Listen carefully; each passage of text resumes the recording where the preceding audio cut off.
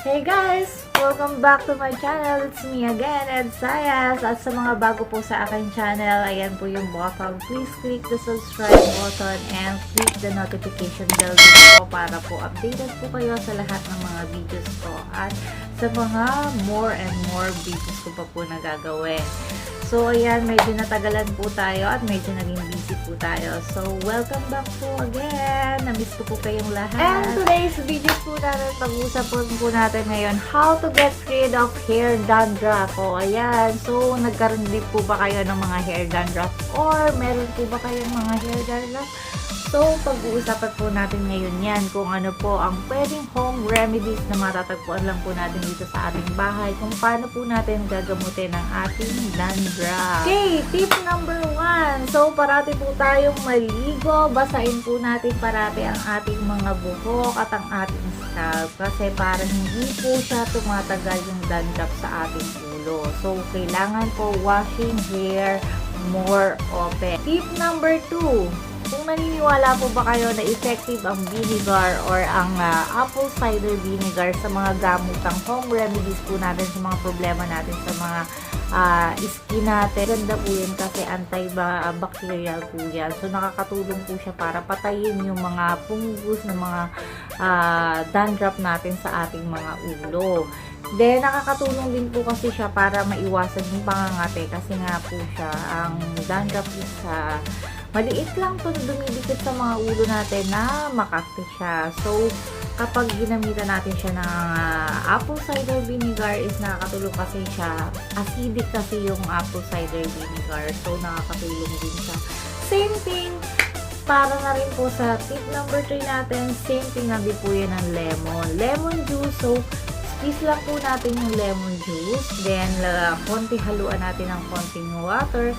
Then, before tayo mag-shampoo or maligo, ilagay na natin siya sa scalp natin para maintain natin mga 15 to 30 minutes na nasa anit natin. So, mag-maintain niya dahil acidic siya. So, yung pangangati niya, naiiwasan natin. Tip number 4, ang baking soda. Ayan, baking soda, akala po natin ang baking soda is para sa mga baking lang at sa mga bread po magagamit. No. Magagamit din po natin yan sa mga home remedies po natin.